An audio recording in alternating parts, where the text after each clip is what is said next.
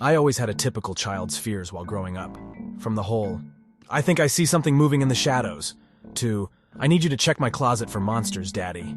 It was childish, but everyone goes through it. After I hit my male pubescent years, however, these fears started to disappear. I needed to act like a tough guy through everything, I thought. I was able to rationally think things through.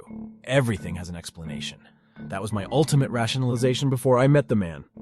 I was sitting with my cousin one night. She and I had nothing to do, and we somehow stumbled upon the topic of ghosts. I think we were watching ghost hunting or something on TV to trigger that. Anyways, she decided to entrust me with her biggest secret, that being a ghost that has been following her around since she was a young teen. She told me a few stories of her encounters. This is the first encounter she had. She had just finished cheerleading practice and was waiting for her mother in the parking lot next to the football field. She happened to glance down at the other end and see some strange person leaning on the pole that supports the scoreboard.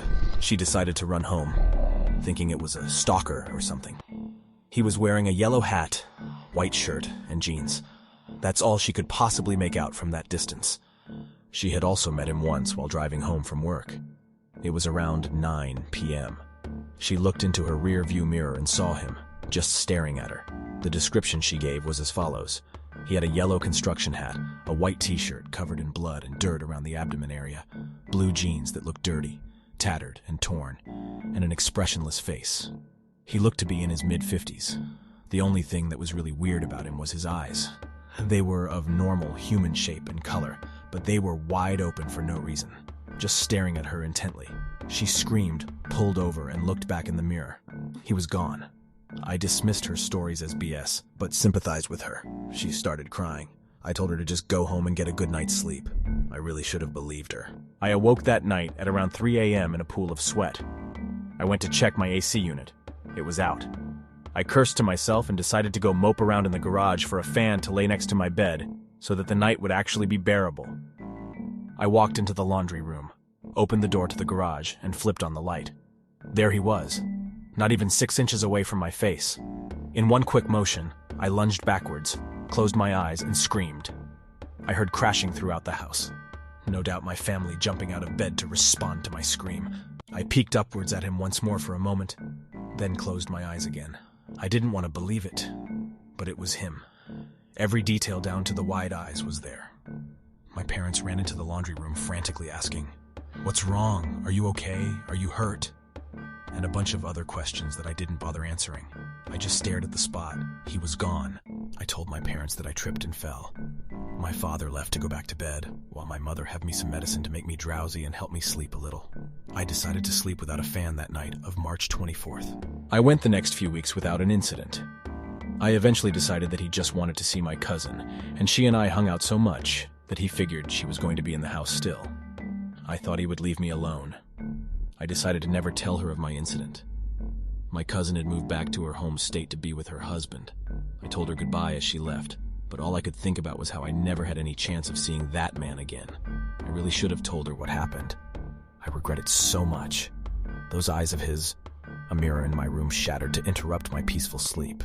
I shot up and immediately made eye contact with him. He was standing at the foot of my bed, head cocked, eyes open, wearing all of the exact same clothing. He was mouthing words at me. I can't read lips, but it looked like a bunch of profanity. His expression was angry, but nothing was moving except his mouth. He looked to be saying, "You protect." I couldn't make out anything else. I tried to scream, but nothing came out. My family apparently didn't hear the mirror shatter, and I was alone. I covered my head in the sheets and blankets, leaving myself in a dark little ball of fear and sadness. I started to tear up and eventually fell asleep. I awoke to my mother entering the room and asking, "What happened to the mirror?" I accidentally broke it. That's all I told her. I called my cousin to ask her a few questions. Here's the conversation. Me: "Have you had any experiences with man lately?" Her: "No, actually. You sound stressed. Are you okay?" Me: "He hasn't bothered you at all." Her: "No. What's going on?" Me: Her: "I haven't had any sightings since around the 24th as I was leaving your house." Me: "Thanks. Talk to you later. Bye." My cousin died a few days after that. I didn't realize what man's intentions with me were for a long time. He is my protector. He never leaves my side. I don't want any special treatment, though. I'm tired of him looking over me every second of every day. I don't want to be protected. I just want my old life back. He's prevented me from death all this time. Then as soon as he leaves me, I will die. Maybe he only follows those who are about to die to buy them a little more time. Maybe he just follows you by choice, then decides you must die after he leaves you. All I know is that I don't want him to leave now. He can't leave me until I've lived my life. I won't let him. The reassuring wide eyes I see staring at me right now from the reflection of my laptop screen make me feel safe.